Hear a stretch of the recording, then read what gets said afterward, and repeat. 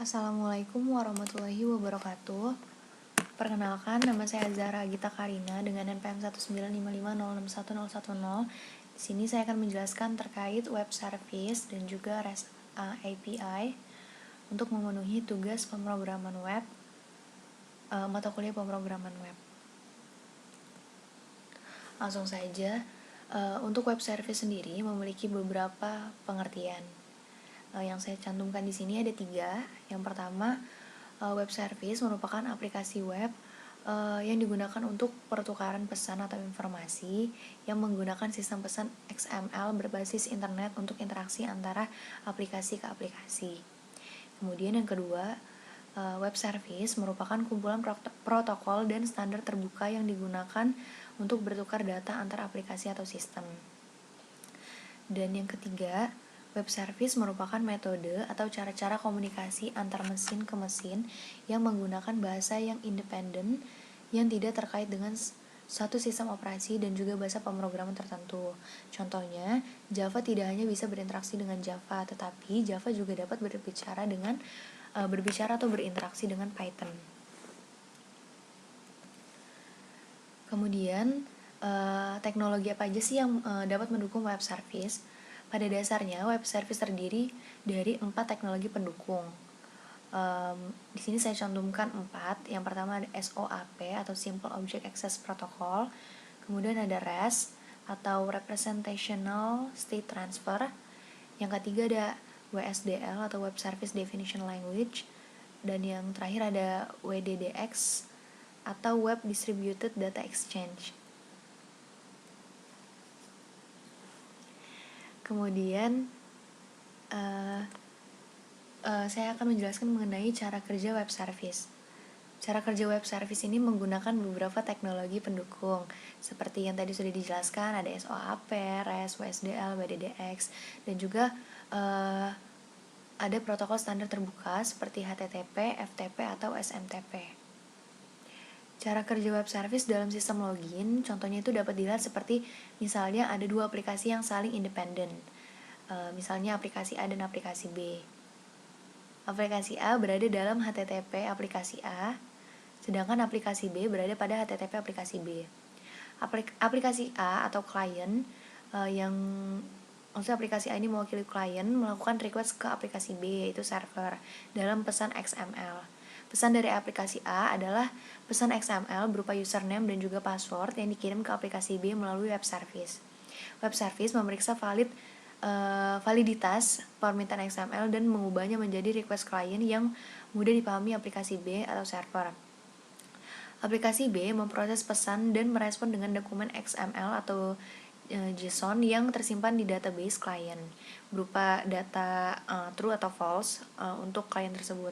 Selanjutnya, web service akan mengirimkan respons pesan XML dari aplikasi B ke aplikasi A. Kemudian aplikasi A akan membaca pesan XML untuk hasil proses login, dan jika data username dan password yang dimasukkan valid, maka akan bernilai true. Sebaliknya, jika data yang diinput tidak valid, maka akan bernilai false. Dapat diambil kesimpulan untuk web service ini sendiri merupakan suatu aplikasi web yang didesain untuk bekerja di balik layar dalam penyediaan layanan pertukaran data antar aplikasi yang mempunyai platform yang berbeda antara aplikasi klien dan juga aplikasi server. Pihak klien mengirim request ke server melalui web service dalam format apa saja. Contohnya itu ada JSON, URI, XML, dan lain sebagainya. Sedangkan web service mengembalikan respon dari pihak server ke klien dalam format XML, JSON, atau HTML.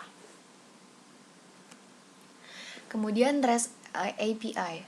RESTful merupakan sebutan untuk web service yang menerapkan arsitektur REST yang sudah dijelaskan di sebelumnya juga.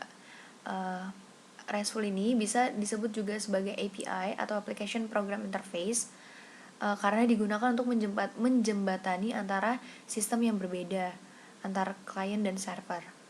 API atau Application Program Interface merupakan antarmuka yang menjadi perantara antara sistem aplikasi yang berbeda. API juga tidak hanya dalam bentuk web service, namun bisa berupa SDK atau Software Development Kit ataupun yang lainnya. Berikut ini merupakan beberapa sifat pada REST API. ada 4. Yang pertama ada client server, yang merupakan hal yang paling mendasar dalam membangun REST API. Server juga harus bisa dapat merespon permintaan yang dilakukan klien, baik itu ketika berhasil maupun gagal. Nah, komunikasi klien dan server dilakukan melalui protokol HTTP. Kemudian yang kedua ada stateless. REST API ini tidak boleh menyimpan keadaan state ataupun terkait klien. Seluruh state harus tetap disimpan di klien, yang berarti tidak ada session di REST API. Permintaan yang dilakukan klien harus mengandung informasi yang jelas. Kemudian yang ketiga ada cacheable. Agar dapat merespon permintaan dengan cepat, sebaiknya REST API ini menerapkan prinsip case, sehingga setiap permintaan tidak melulu mengambil dari database. Kemudian yang terakhir atau yang keempat ada layered.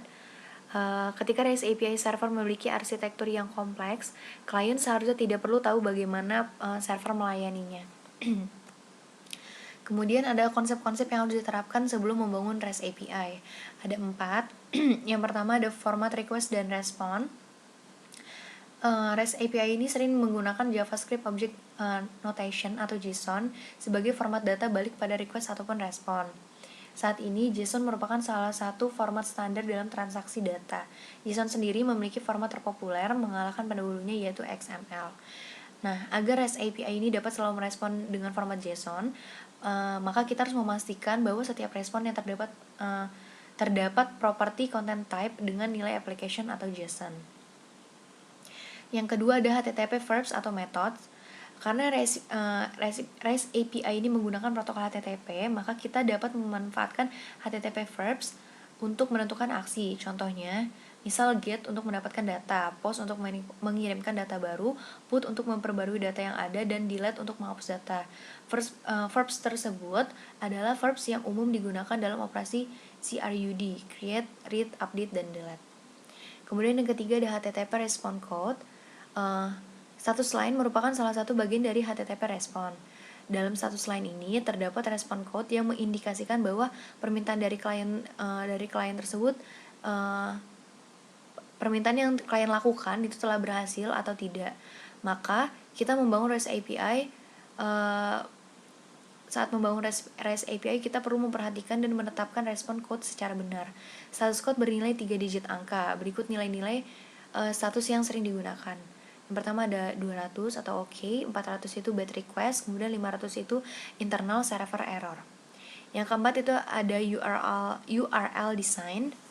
URL, path, atau endpoint merupakan beberapa hal yang penting harus diperhatikan ketika kita akan membangun REST API.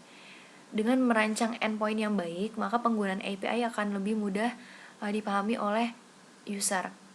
Kita harus mengikuti aturan umum atau convention agar penggunaan API memiliki standar yang diharapkan oleh banyak developer. Baiklah, saya rasa cukup penjelasan mengenai web service dan juga REST API. Apabila ada kesalahan dan kekurangan, saya mohon maaf. Kepada Allah saya mohon ampun. Saya akhiri, wassalamualaikum warahmatullahi wabarakatuh.